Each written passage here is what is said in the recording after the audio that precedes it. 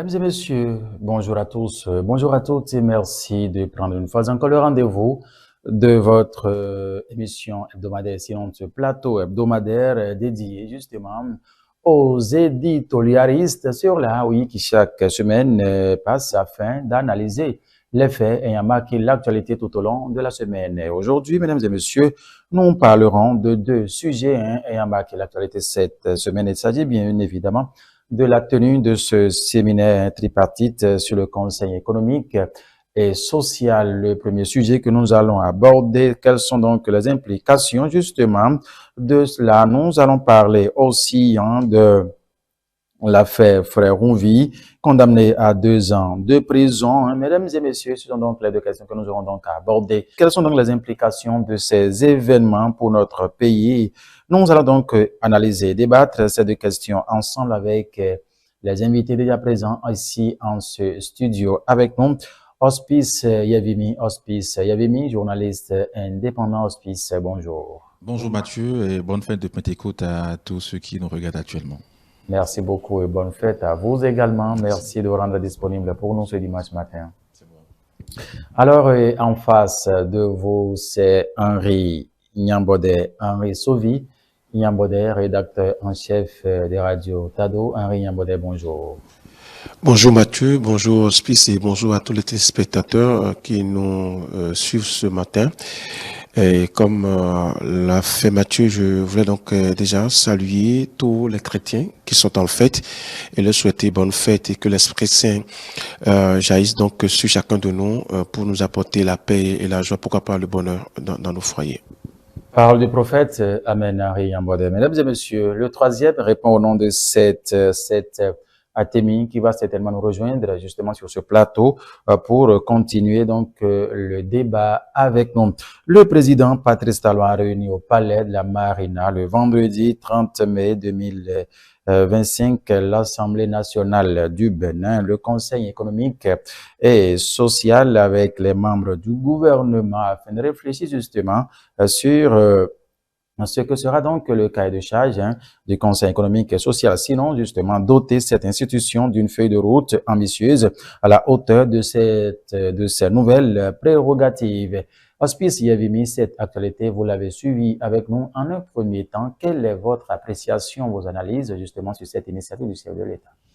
Merci Mathieu. Je pense que c'est une bonne initiative qui va donc mettre les trois parties impliquées dans cette réforme-là au même niveau d'égalité, d'information et de méthode de mise en application des nouvelles réformes.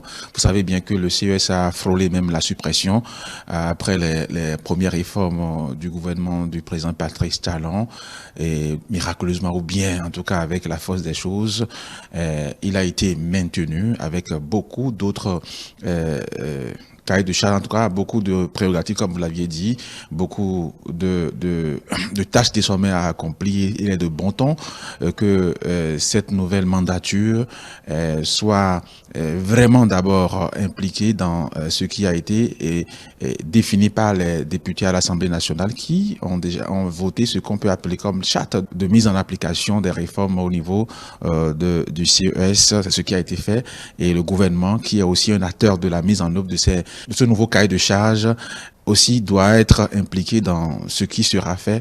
Donc je pense que c'est en général c'est une initiative pour qui va permettre donc au CES désormais de bien fonctionner, de connaître désormais ces membres-là, de connaître désormais ce qu'on attend d'eux, ce que le gouvernement attend d'eux, ce que l'État attend d'eux, ce que le peuple béninois attend d'eux, désormais dans cette nouvelle mission. Je pense que ça augure d'un futur meilleur pour cette institution béninoise.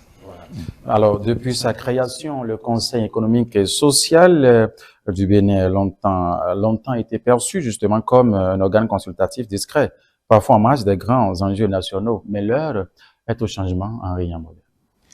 Oui, absolument. Comme l'a bien dit Hospice, l'heure au changement. Et il faut déjà saluer cette réforme-là qui a conduit à la nouvelle version du Conseil économique et social.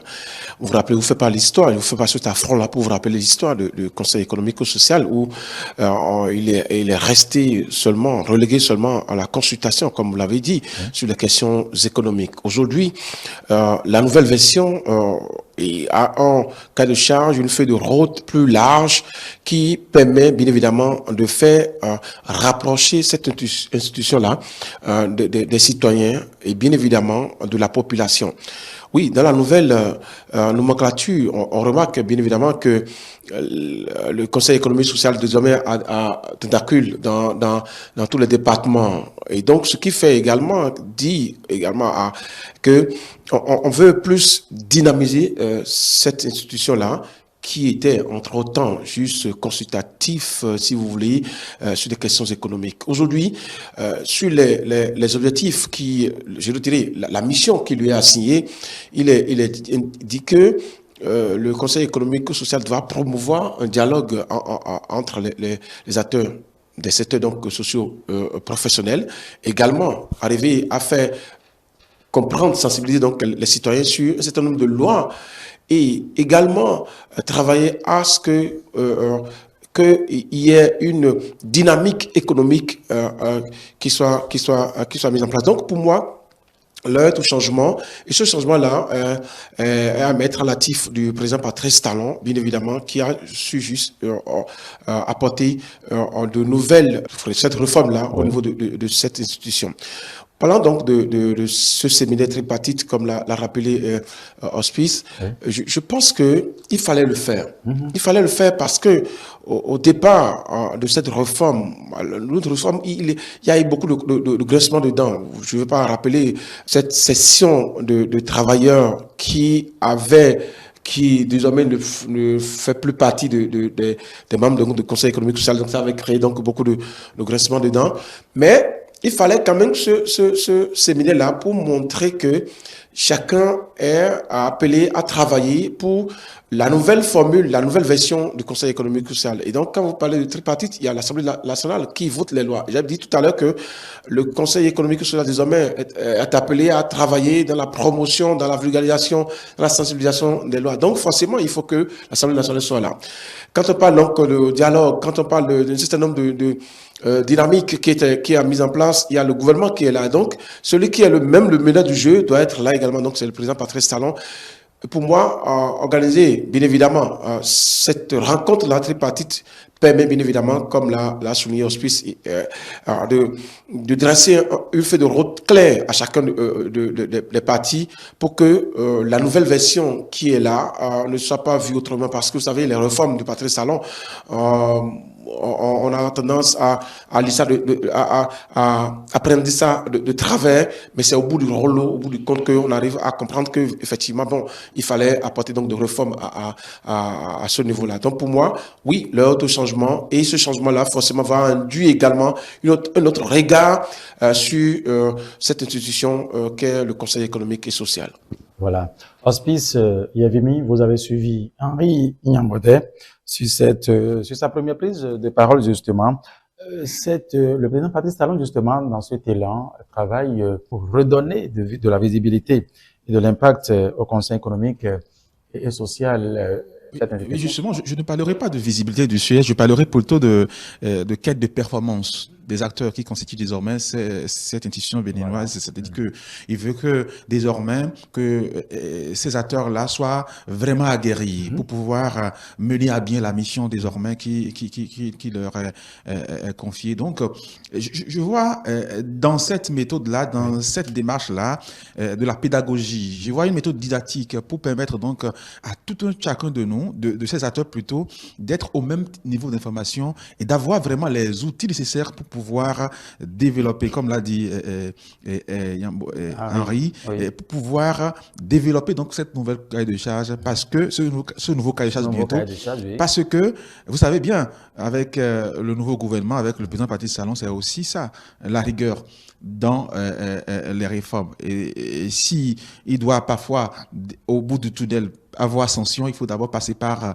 cette première étape qui est d'abord de mieux aguerrir les acteurs. Maintenant, c'est vrai que votre question, c'est, je dirais plutôt que c'est les hommes qui vont maintenant mettre en œuvre ces réformes-là. Et dans la mise en œuvre, on peut avoir des couacs, on peut avoir des erreurs. Donc, dans la forme, aujourd'hui, on peut dire oui, c'est une bonne méthode.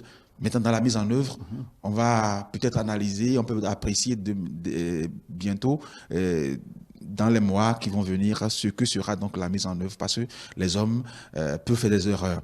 Mais mieux déjà les aguerrir comme le faire le gouvernement, c'est déjà un grand pas pour éviter donc parce que il a été dit aussi que le CH servira désormais de pont entre les gouvernants et les citoyens sur des questions économiques, sur les questions sociales. Vous voyez? Donc, il faut désormais que la méthode, la stratégie, et que dans les différents départements, parce qu'il y a comme une manière décentralisée de l'institution aujourd'hui, et elle se retrouve dans les départements. Donc, il y a qu'il faut désormais bien huiler la machine pour qu'elle puisse produire vraiment un produit fini accepté. Voilà. Alors, Henri Yambole, revenons maintenant sur la mise en œuvre des recommandations justement issues de ce séminaire tripartite justement. Mais non, écoutez, ce sera réalisé de façon normale et diligente et de façon efficiente également. Parce que si le président Patrice Talon, qui est maître du jeu, arrive à réunir les deux autres partis, l'Assemblée nationale et le Conseil économique et social également, qui aujourd'hui, on veut le repositionner comme une autre institution, on veut le repositionner comme une institution pas budgétivore, mais qui apporte quand même une plus-value dans la quête, comme l'a dit Auspice, dans la quête de bien-être, de bien-être des citoyens. Il faut quand même qu'on arrive à travailler, à reformater ça. Et donc, votre question qui est de demander, qui est de savoir comment est-ce que les recommandations seront mises en œuvre. Oui. Vous savez, déjà que la réforme a été opérée, les membres qui ont été positionnés, je veux dire élus et nommés, ont une feuille de route clairement bien définie. Et cette rencontre, ce séminaire, permettra bien évidemment au président de l'institution, Bakidi, de ne pas naviguer à vue. Et donc, il sait à quoi s'en tenir, il sait à quoi s'accrocher. Il ne peut plus aller dans tous les sens. Il sait quoi faire dans un timing bien défini. Vous savez que cette réforme au sein pour opérer, pour qu'on ait le nouveau format de Conseil économique et social, n'est pas digéré. Parce que vous savez, il y a des classes sociales, des classes de travailleurs qui n'ont pas été représentées. Et donc, de loin, on veut observer, on veut voir, est-ce que vraiment ce qu'on a fait là, où aujourd'hui, on a déposé, on a nommé des coordonnateurs dans tous les départements, où il y a un certain nombre de personnes qui ont été recensées, sélectionnées pour faire le travail. Est-ce que aujourd'hui, est-ce que vraiment les gens auront un regard sur ça pour demander, est-ce que vraiment ils vont atteindre l'objectif? Et donc, c'est pour ça, pour éviter ça également, que cette rencontre a été initiée. Et le président du Conseil économique et social n'a pas autre chose à faire que de respecter les recommandations, son cahier de charge, pour montrer également que la réforme a été bien pensée, a été bien réfléchie. Et pour moi, il n'y a pas à faire autre chose que ce que le séminaire, les conclusions de ce séminaire, il n'y a pas à faire autre chose que ce que les recommandations issues donc de ce séminaire-là. Et pour moi, de façon normale, sans anicroche, il va donc pouvoir dérouler son cahier de charges. Pour moi, il n'y a pas à avoir de peur parce que celui qui a été mis à la tête de cette nouvelle version du Conseil économique et social, vous l'avez vu sur tous les plans. Il a voyagé, il est allé dans les institutions, il a fait les rencontres de prise de contact, il a fait assez d'audience. Et on se demande même, est-ce que le CS se résume désormais aux audiences, aux voyages et tout le reste? Mais aujourd'hui, avec ce séminaire, maintenant, la voie est tracée, le cas de charge est bien défini et les mobiles sont définis. Donc pour moi, je pense qu'il ne reste qu'à les réaliser, à les mettre en œuvre. Et avec bien évidemment un regard bienveillant, un regard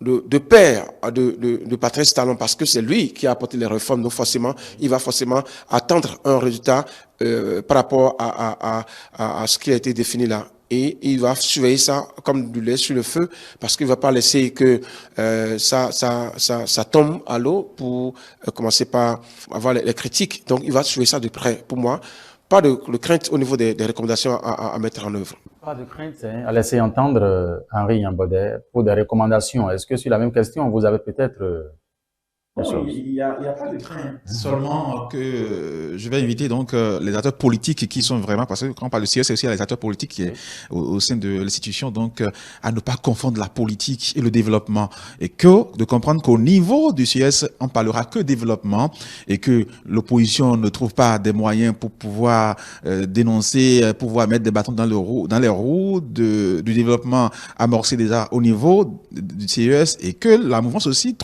ne trouve pas assez des arguments pour pouvoir que, en résumé, et l'institution ne soit pas donc un lieu de politique, mais plutôt de développement, et qu'ensemble, qu'ils puissent travailler à démontrer à ceux qui sont sceptiques, qui ne croyaient pas à ces réformes-là, qu'ils ont tort, et vraiment que cette réforme-là, si elle n'existait pas, qu'il fallait donc l'inventer et la faire. Voilà donc ce que moi je voulais dire pour compléter, parce que bon, il n'y a pas de crainte.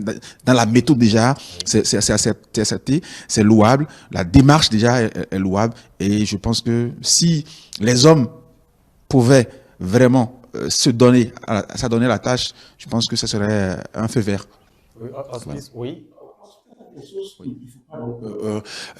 Négliger, c'est le côté politique. Et c'est pour ça également que moi je salue cette réforme-là. Parce que, vous savez, l'autre CS, toutes mes excuses, il faut donc toujours ramener ça dans le débat pour montrer pour la pertinence donc de cette réforme-là, a été politisée. C'est des règles de la politique qui est faite.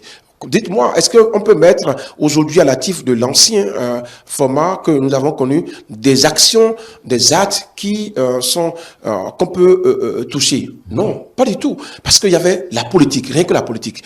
Donc, aujourd'hui, ceux qui sont nommés coordonnateurs, c'est vrai qu'il y a eu des hommes politiques qui ont été positionnés pour occuper de tels postes, coordonnateurs ou être membre de ce conseil économique et social au niveau départemental. Mais il faut arriver à leur montrer, à leur dire que vous n'êtes pas là parce qu'il faut faire de la politique. Parce qu'on voit déjà sur les réseaux sociaux, je suis le coordonnateur du conseil économique et social. C'est normal, c'est humain de faire cette publicité-là. Mais ne pas mélanger la politique, d'accord, aux actes, à cette nouvelle formule que on veut donner au Conseil économique et social.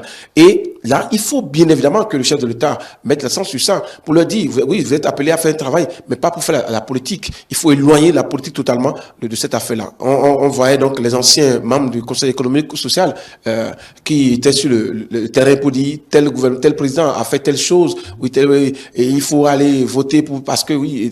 Mais non, aujourd'hui, ça ne peut être plus ça.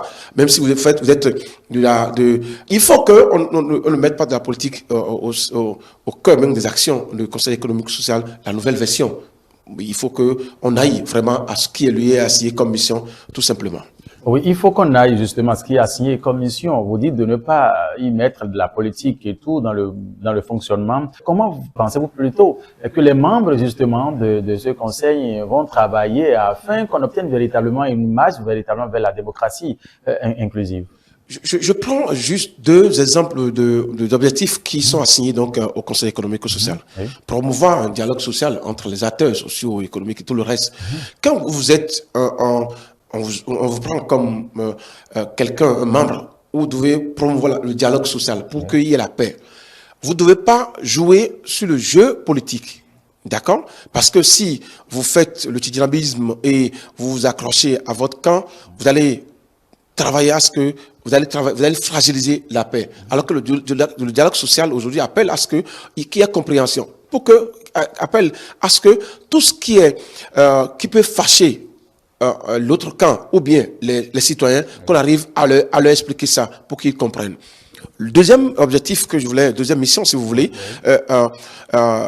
vulgariser les lois prises au niveau de l'Assemblée nationale pour permettre aux citoyens de comprendre, bien évidemment, les articles, les dispositions de ces lois-là. Parce qu'on dit très souvent que nul n'est censé ignorer la loi, mais si la personne n'a pas connaissance de cette loi, la personne peut, bien évidemment, elle peut ignorer certaines dispositions. Donc, si on veut arriver à travailler consciencieusement et professionnellement pour que les citoyens aient connaissance des dispositions de la loi. Je prends le cas, par exemple, du code électoral, oui, qui fait...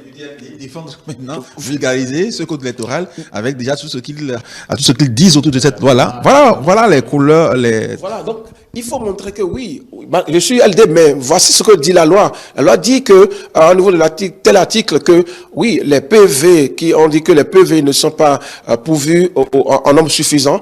Bon, je pense que il y a une disposition qui permet donc aux partis politiques d'avoir les PV. Tu peux le dire, parce que là tu ne joues pas sur la politique, voilà. D'accord? Oui. Et donc si tu es BA par exemple, tu ne diras pas que non, les 20% qui sont décriés aujourd'hui dans chaque circonscription, oui, nous on peut trouver les 20%. C'est pas ton rôle à ce niveau-là quand tu es membre du CS désormais, parce qu'il faut arriver à départir l'homme politique et l'homme qui est membre du CS. Donc voilà un peu pour moi comment le travail doit être fait pour que le développement dont on aspire à atteindre ce développement-là. Pour moi, il faut arriver, bien évidemment, à donner les consignes fermes pour que les gens qui sont les membres, les hommes politiques qui sont au sein de cette institution sachent qu'ils ne sont pas là pour faire de la politique, mais plutôt pour apporter une plus-value dans le développement de notre pays, le Bénin. Voilà. Oui, Hospice, nous allons rester toujours sur la même question avec vous aussi, hein, quand on dit qu'il faut justement, oui, de ne pas jouer aux politiciens, aux politiques justement pour le bon fonctionnement justement du CES nouveau format, travailler justement pour que les objectifs soient atteints véritablement. Et comment pensez-vous plutôt que cela peut se passer si nous reconnaissons bien évidemment que les acteurs politiques qui composent les membres de cette institution? C'est vrai, il n'y a pas que les acteurs politiques, il y a des acteurs nommés par nommés par le président. Par exemple, le président de l'institution a été nommé par le président de la République.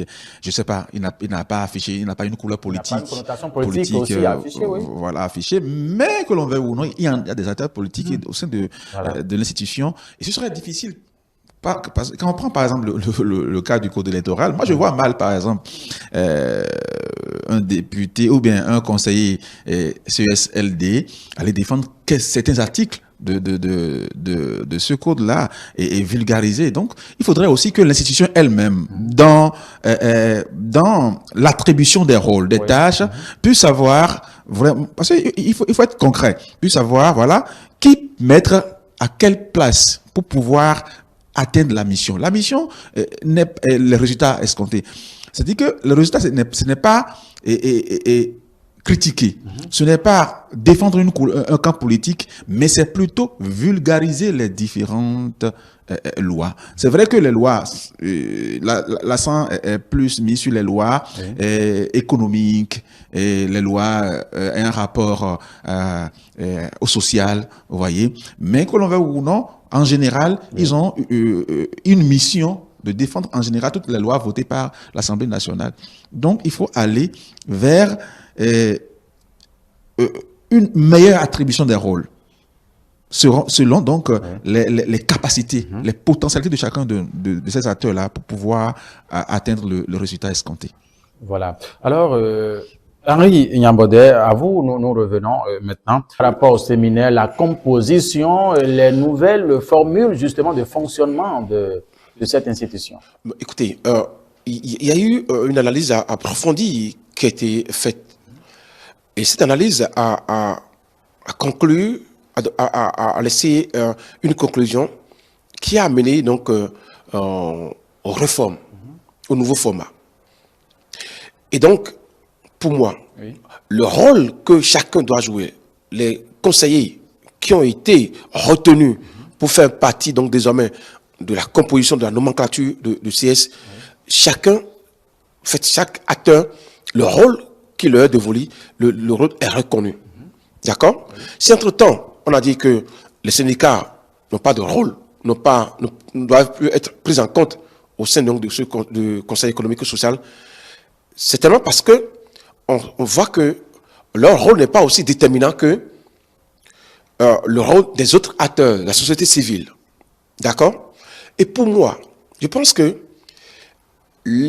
ceux qui sont laissés en rade, que ceux qui sont repêchés, les uns les autres doivent rester loin et observer, bien évidemment, et se dire, mais attention, est-ce qu'on n'avait pas raison, est-ce que le président Patrice Talon n'avait pas raison d'apporter des réformes au Conseil économique et social? Vous savez, mon cher Mathieu, je prends par exemple la médiature.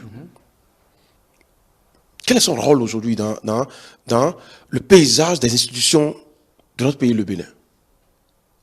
Quel est son rôle aujourd'hui? C'est un homme politique. Je pense que c'est une institution budgétivore qu'il faut réformer également au même titre que les autres institutions. Et donc, pour moi, tout le monde n'est pas appelé à être membre des institutions pour que le travail soit fait et véritablement fait. Ceux qui sont appelés et qui ont des rôles bien déterminés sont appelés à faire le travail. Et pour moi, c'est déjà un grand pas. Alors, puisque c'est une nouvelle formule transitoire, parce que Baguedi aujourd'hui est appelé à travailler sérieusement pour montrer que les réformes qui ont été apportées dans le Conseil économique et social, que les réformes ont été bien pensées et bien réfléchies. Et donc, pour lui, il doit travailler à mettre en œuvre tout ce qui est recommandations, conclusions, tout ce qui est arrivé à montrer que le Conseil économique et social que nous avons connu entre-temps, et qui n'avait pas joué un grand rôle dans le paysage des institutions de la République, que la nouvelle institution, le nouveau format qui est accordé donc au CS est appelé à faire un travail favorable et appréciable auprès donc des citoyens. Pour moi, que ce soit le patronat, que ce soit les syndicalistes, que ce soit tous ceux qui ont été laissés en rade, doivent faire taire les divergences, s'asseoir et attendre le résultat au bout du compte pour, bien évidemment, apprécier est-ce que les réformes ont été bien pensées ou pas. Voilà. Voilà. Est-ce que les réformes ont été bien pensées ou pas? Nous allons revenir à la thématique développée sur ce sujet avant de passer au second sujet rapidement pour demander Hospice Yavimi, est-ce que vous pensez justement que c'est pour donner en tout cas une nouvelle dynamique à l'institution, au Conseil économique et social, ces réformes? Forcément. D'abord, quand vous lisez un peu les textes de loi de cette réforme-là, qui régissent cette réforme-là, vous comprenez carrément que ce n'est plus l'ancienne formule, c'est plus les couleurs de l'ancien CES. Donc, il y a déjà du nouveau. Le reste, c'est de croiser les doigts, de prier et d'envoyer les ondes positives, que ces ondes-là accompagnent abondamment ces acteurs-là pour qu'ils soient bien éclairés pour mener à bien cette réforme-là. Parce que ce serait forcément pour le bien de tous les citoyens béninois. Voilà. Ah oui, Henri Yambouadé sur la même question, pour impulser une nouvelle dynamique à l'institution.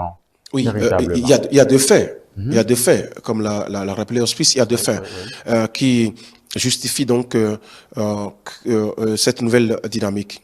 Le premier fait, il y a que la réforme d'abord. Oui. La réforme qui a induit une nouvelle nomenclature, un nouveau format, une nouvelle vision. Et ce séminaire qui a réuni les acteurs clés autour donc de la question. Donc, si on met ces deux faits-là ensemble, c'est pour qu'il y ait une nouvelle dynamique. Et vous ne pouvez pas apporter de réformes et attendre que ça échoue.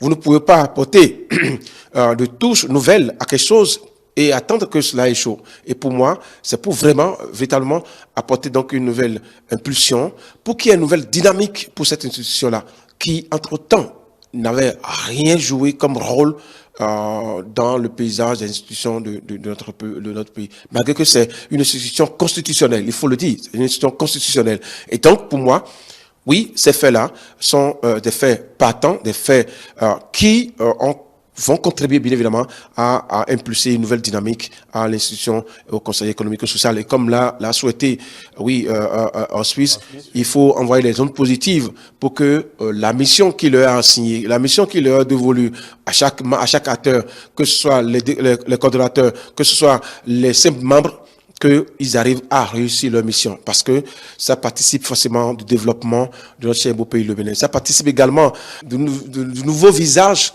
que présente le Bénin, d'accord? Et pour moi, il faut peut-être les accompagner. Et vous le faites déjà en organisant cette émission, en choisissant qu'on parle de cette institution-là. Oui, et que le président de cette institution prenne les taureaux par les cornes. Que le président arrive à savoir que, oui, si on a amené donc une réforme, des réformes au niveau de cette institution-là, c'est pour qu'il y ait le résultat. Et il a bien dit, à ce séminaire-là, à cette rencontre-là, il disait, nous avons le devoir de travailler à montrer que les réformes ont été bien réfléchies, ont été bien pensées, pour que dans le futur, on arrive à dire, ah oui, il fallait le faire, comme l'a souligné Hospice. Oui. Absolument, il faut ça aussi. Il y a cet aspect même si, bon, on sait que politiquement, il doit être d'un camp, mais il faut pas que, dans la pratique, qu'il s'éloigne donc des actes politiques pour ne pas, bien évidemment, faire penser aux gens qu'il est là pour faire de la politique. La Cour de répression des infractions économiques et du terrorisme, criait en abrégé, a rendu son verdict dans le dossier de Steve Amonso, supposé frère Onvi, ce lundi 2 juin 2025. Donc, le prévenu est condamné à 2 ans de prison ferme avec une amende d'1 million de francs CFA. La question, justement, qu'on se pose ici, est-ce la fin, justement, de la calomnie et des insinuations, justement, en toute irresponsabilité? C'est la grosse interrogation. Henri Ambaudet, vous avez suivi cette actualité aussi, comme tout autre Béninois. Bon, d'abord, en fait, cet observateur, je m'attendais à avoir 5 ans, 10 ans, 20 ans, comme à l'accoutumée, comme à l'habitude, donc, je dirais, de la criette, mais 2 ans, c'est déjà là, hein, 2 ans, c'est déjà là. Mais bon, quand on se plonge un peu dans cette affaire, oui, le pays l'institution, je dirais, l'autorité de la République a été écorchée par des chroniques. Mais il y a que, il faut avoir un esprit critique pour savoir que il fallait quand même qu'on arrête, je dirais, la calomnie, qu'on arrête les insinuations. Oui. Mais frère Onvi n'a jamais travaillé seul. Et quand vous retrouvez ces chroniques, quand vous prenez ces chroniques, les informations les plus sensibles, il arrive à les avoir. Oui. Et donc, il y a une question à ce niveau-là. Comment il arrive à trouver ces informations-là? Nous, qui sommes au Bénin, il arrive à trouver des informations, à balancer des informations que nous n'arrivons même pas à trouver de source A1.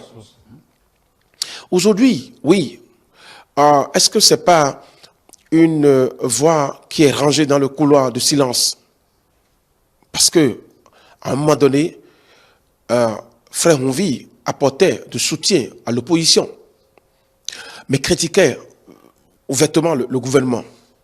Mais comment il arrive à trouver les informations les plus sensibles? La première grosse interrogation. Deuxième interrogation. Est-ce que frère Onvi, à un moment donné, ne s'est pas livré lui-même? Parce que quand vous travaillez avec des gens qui ne sont pas, en fait, dans la même dynamique que vous, il peut à tout moment vous lâcher. Et moi, j'ai posé cette question un jour au Parti des démocrates, quand cette affaire a démarré. Oui. Est-ce que vous avez une fois rencontré frère Onvi? Est-ce que vous avez une fois connaissant de qui est frère Onvi? Est-ce qu'à un moment donné, vous lui apportez le soutien dont il avait besoin? Parce que, qu'on le veuille ou non, frère Onvi avait joué un rôle, je dirais, capital aux côtés de l'opposition. Et vous vous rappelez, c'est Martin Rodriguez qui avait qui avait sorti le premier nom, nous aux autres, c'est Frère Onvi, mais qui avait fait sortir le nom de Steve Amonso. Jusqu'à un moment donné, Baba Parapé aussi a fait sortir ça avant de faire votre face pour dire non, c'est pas Frère Onvi et tout le reste. Mais le silence de ces chroniques a montré que, effectivement, que c'est sur Frère Onvi qu'on avait mis la main. D'accord? Pour moi, est-ce que c'est la fin, la calomnie? Calomnie, oui, envers le gouvernement, envers les acteurs politiques. Oui, peut-être parce que ces chroniques sont très acerbes. Ils utilisaient donc les vrais mots, les mots les plus, les gros mots si vous voulez, pour dire ce qu'ils voulaient dire. Est-ce qu'on peut ranger ça également dans le couloir de la calomnie? Insinuation, il y en a eu assez dans ces chroniques, mais ils se tablaient quand même, à des moments donnés sur les informations qu'ils détenaient pour faire ces insinuations-là. Pour moi, 2 ans, oui, c'est déjà là, mais bon, est-ce que on range une voix dans le couloir de silence? Je ne saurais le dire pour l'instant. D'accord. Aspis Yevimi, vous l'avez suivi 2 ans de prison pour Steve Amonso, supposé frère Onvi. Oui, 2 ans pour... bon, c'est pas qui a été condamné, si c'est frère Onvi ou bien Steve Amonso. Supposé frère Onvi. Oui, 2 ans. Je pense que la Cour a été clémente envers frère Onvi et je pense que la démarche, je l'ai compris, elle est plus éducative que sanction. Voilà. C'est vrai qu'on a compris. C'est vrai. Moi, je dis, dans une république, ces voix-là, on ne peut pas les empêcher. Je crois qu'au-delà de tout, c'est vrai, parfois, il y va très fort. Et parfois, ça choque. Mais ces voix-là, il faut les garder, il faut les écouter parce que ça, parfois, éclaire le dirigeant. Ça, parfois, éclaire le gouvernant. Pour voir, c'est vrai, il n'y a pas ce gouvernant qui est sain et qui, dans sa gouvernance, est sans reproche. Et il faut que ces voix-là, comme André Frère Onvi, pour dire ce qui ne va pas parfois, pour dire ce qui est mauvais. Seulement que lorsqu'on s'inscrit, qu'on est soit une voix Frère Onvi, on s'inscrit forcément dans la dénonciation, dans des critiques parfois trop poussées, on perd un peu la crédibilité qu'on pouvait avoir. Si par exemple, Frère Onvi, à un moment donné, louait quand même les actions, parce qu'on ne peut pas dire que le gouvernement en talon a tout fait mauvais. Donc, si parfois reconnaissait ce qui était fait de bien et allait dans le sens d'équilibrer un peu son, voilà, et sa posture, il serait peut-être, moi, l'une des meilleures voix qu'on ait connues ces dernières 10 années. Je pense que l'idée derrière les 2 ans n'est pas seulement de faire mal à Frère Onvi, parce que la Cour elle-même plutôt, elle a compris que, oui, c'est des voix qui peuvent exister dans une république. Seulement, les 2 ans vont peut-être le permettre de comprendre que oui, il était dans une méthode déséquilibrée et que 2 ans après, s'il devrait continuer avec ses chroniques, qu'il puisse comprendre que voilà, il doit avoir de l'équilibre dans tout et savoir vraiment si les informations reçues de X ou de Y, comme l'a dit Yambodé, c'est vrai, vous recevez des informations, mais il faut d'abord vérifier si ces informations sont vraies, même si c'est de sources sûres, selon vous. Votre source peut ne pas être aussi sûre. Voilà. Donc, il faudrait trouver l'équilibre et le juste milieu pour pouvoir servir ce qui est vrai et ne pas mettre le pays à feu et à sang à travers vos mots, vos phrases. Voilà. Est-ce que cette situation peut peut-être avoir des répercussions sur la vie médiatique au Bénin désormais quand on dit il faut savoir dénoncer et tout, Henri? Non, écoutez, nous avons, je dirais que le paysage médiatique est régi par un code, d'accord? Et on n'a jamais empêché donc un journaliste de dénoncer, ce qui est normal. Et ensuite, a dit, ça permet même aux gouvernants, aux dirigeants de savoir qu'à un moment donné, il faut que je redresse à tel niveau parce que là, ça ne va pas. Les dénonciations participent bien évidemment également de la construction du pays. Parce que si c'est une voix unique que vous écoutez, vous pensez que vous êtes sur la bonne voie, mais ça peut vous ramener dans le décor. Non, ça n'a pas donc d'incidence sur le paysage médiatique. Parce que je l'ai dit une fois, frère Ouvi, ces chroniques ne peuvent pas être jouées, par exemple, sur une radio, sur une chaîne de télévision, par exemple. Mais il y a eu cette faveur-là du numérique. Et donc, ce qui est dit sur les réseaux sociaux, dans un groupe WhatsApp ou tout autre, ne peut pas être ramené sur un organe conventionnel. Parce que l'organe conventionnel est régi par une loi et un code et tout le reste. Et tout le reste. Donc, pour moi, ça n'aura aucune incidence sur le paysage médiatique. Plutôt que ça va ramener les professionnels qui peut-être pensaient que on peut, dans un organe conventionnel, on peut aller à tout va, qu'il y a bien évidemment un code qui enseigne le travail, le métier. Et donc, pour moi, ceux-là, nos aînés, nous ont tout le temps dit que le travail est régi, le métier est régi, le métier de journaliste, on connaît à quoi ça retourne. Mais ce que Frère Ouvi a fait, il est web activiste. Et donc, sur les réseaux sociaux, il est libre à lui de faire, bien évidemment, de dénoncer comme il le fait là. Et toute autre personne, tout citoyen peut le faire. Vous êtes dans le groupe WhatsApp aujourd'hui, on peut dire non, écoutez, oui, telle chose mal fait. Oui, on peut le faire. Quelqu'un peut se lever, insulter le maire de sa commune ou de sa municipalité. Mais sur un organe conventionnel, on ne peut pas le faire.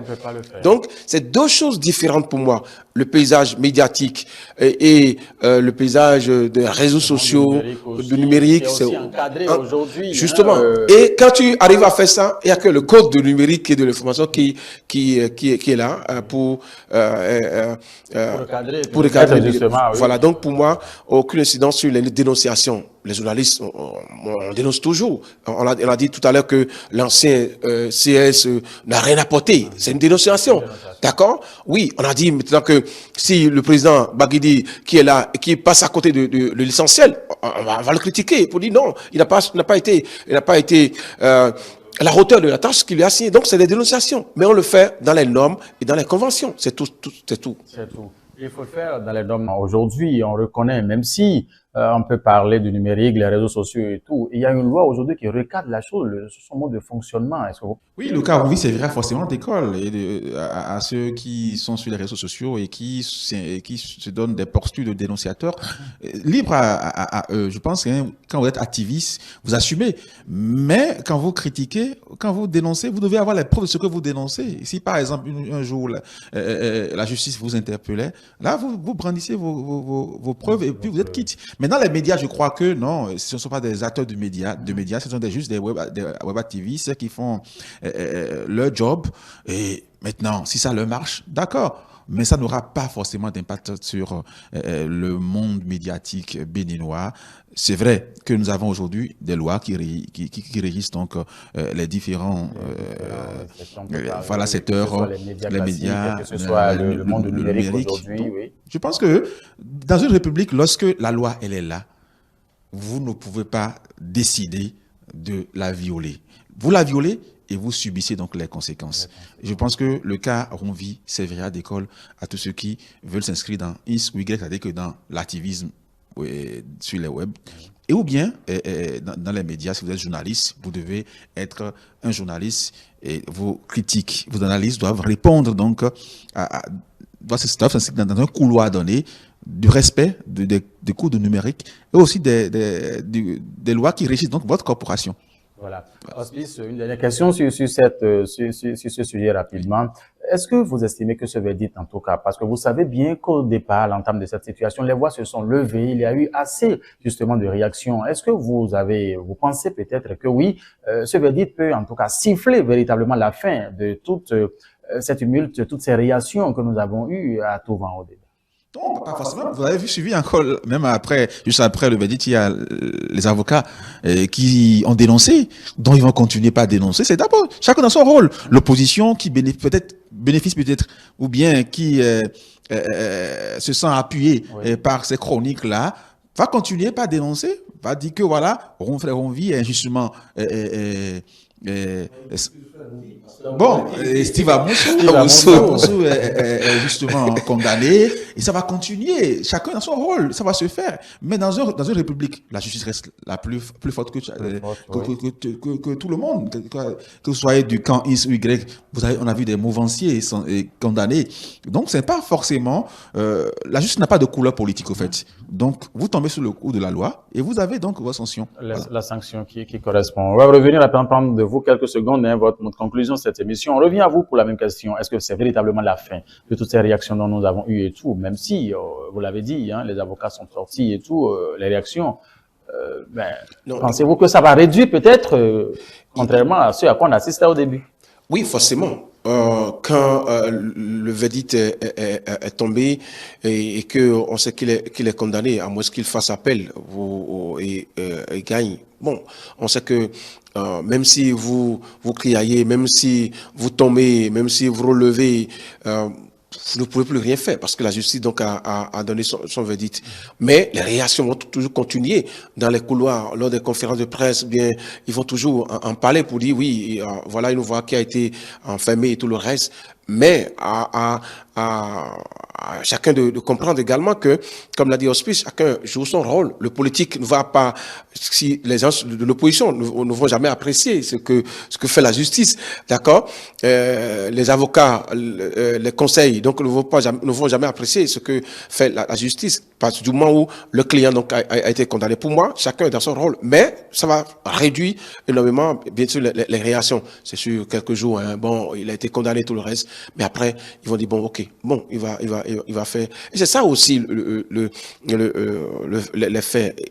Vous voyez, moi très souvent, j'ai peur pour certains jeunes qui pensent que aujourd'hui avec les réseaux sociaux, on peut se mettre devant TikTok ou bien une petite caméra pour dire oui, insulter donc de tous les noms d'oiseaux, un dirigeant et tout le reste. Mais quand la loi, on va vous appliquer la loi, vous serez seul devant la justice. Vous serez seul devant la justice. Et pas fini, c'est que ceux que vous pensez soutenir, je dirais ça comme ça, vont sortir un communiqué juste pour dire nous appelons à sa libération immédiate. Ça finit là. Quelqu'un, j'ai lu sur un réseau ce matin, il dit bon, nous appelons à sa libération immédiate. Mais je sais pas, je n'arrive pas à comprendre. Moi, il faut peut-être une conscientisation de la jeunesse. Moi, si je veux dénoncer aujourd'hui, il faut que j'ai toutes les preuves. J'ai les preuves et je dis, voici ce que je dénonce, voici ce que on doit faire, voici ce qui s'est passé et voici ce que j'ai comme preuve, tout simplement. Mais quand vous n'avez pas de preuves et que vous faites des insinuations, par exemple, je prends le cas des jeunes qui se sont levés pour dire qu'il y a des bases militaires au Bénin et tout le reste, mais ils n'ont jamais mis pied à Porga, ils ne connaissent rien du nord du pays, puisque, bon, il y a des dirigeants qui ont dit, le Bénin dispose de bases militaires, des bases militaires, et c'est fini. On pense que, oui, il faut s'aligner devant... Pas critiquer, sans avoir fait... Et pas fini quand vous prenez pour dire, bon, écoutez, venez répondre il faut viens répondre à ce que tu as dit. Ils sont incapables de prouver. Et après, c'est des gens qui sortent de communiquer seulement pour dire, et nous appelons à sa libération immédiate. Mais avec quelle force vous avez pour dire... Donc, pour moi, ça fait cas d'école, comme l'avait dit Hospice, c'est un cas d'école, ça fait réfléchir chacun pour dire, quand vous êtes prêt pour dénoncer, pour critiquer, il faut critiquer avec les preuves dont vous disposez, il faut critiquer. Un gouvernement ne va jamais appeler les gens à dire qu'on ne va pas critiquer. On va le critiquer. Il y a des actions, il y a des choses que, par exemple, Patrice, malgré tout ce qu'on dit, le bon de lui, là, il y a des choses que Patrice Talon fait et qui n'est pas bien séant, qu'on peut dire. Écoutez, ça là, c'est pas bien. D'accord? Donc, mais quand vous le critiquez, il faut critiquer avec toutes les preuves dont vous disposez. Pour moi, oui. Ça, c'est un cas d'école et il faut donc peut-être s'attendre, bien évidemment, à prochainement voir également d'autres personnes diminuer un peu leur ardeur dans la critique et tout le reste. Voilà. Et pour conclure rapidement, quelques mots pour conclure. Non, ce que je disais, on tend vers donc les élections, l'année électorale de 2026. Donc pour moi, je pense que il faut que les acteurs politiques travaillent à fonder leur critique sur des actes bien définis. Par exemple, si je prends le code électoral, il faut prouver. Si vous prenez chaque article, il faut prouver que ce qui est là maintenant, ce qui est dit là, c'est impossible.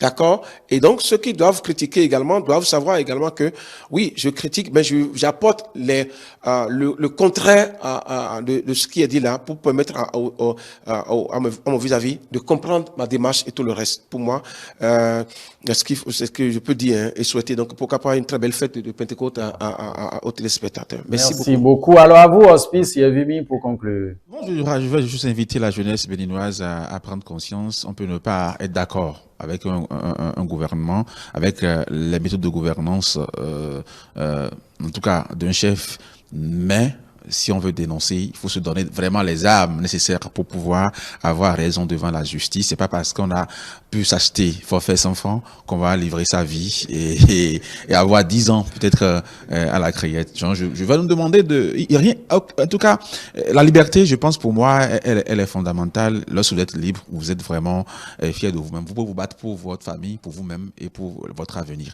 Mais lorsque on vous donne 10 ans, 5 ans, je pense que ça ne sert à rien. 5 ans, c'est vraiment détruire votre vie. Donc, il faut être vraiment conscient. La conscience, je pense que la justice n'a pas aussi plaisir à condamner comme ça. Je crois, hein, je crois à mon avis. Et il faut vraiment appeler à la conscience de toute la jeunesse pour que vraiment ça puisse cesser. Merci à vous, Hospice Yavi. Mesdames et messieurs, ainsi donc prend fin ce plateau dédié aux éditorialistes. J'y arrive ce dimanche 8 juin 2025. 2 sujets, séminaire tripartite sur le Conseil économique et social pour impulser une nouvelle dynamique à l'institution. Oui, les éditos présents sur ce plateau ont apporté justement leur éclaircissement à faire. Frère Ronvi, 2 ans de prison avec 1 million d'amende, la fin de la calomnie et des insinuations en toute irresponsabilité. En tout cas, les invités ont apporté leurs avis sur la question. Il s'agissait bien évidemment en présent de ce studio de Hospice Yavimi, journaliste indépendant, lui qui a justement, j'allais dire, oui, apporté ses éclaircissements sur les différentes questions abordées sur ce plateau. Henri Sauvi Niambodé, rédacteur en chef de Radio Tado, deuxième également, cette Atemi n'a pas pu, tout simplement, pour des raisons que nous ignorons. Merci en tout cas de nous avoir suivis. Cette émission Dimanche politique se poursuit. Retrouvez l'ensemble de nos productions sur nos plateformes www.etelebene.com, notre site internet et notre page YouTube Etelebene, tout simplement notre page Facebook Etele en direct, notre compte X Etele en live, sans oublier l'application iOS et Android téléchargeable Etele, tout simplement Etele avec vous. Pour vous, ça se poursuit.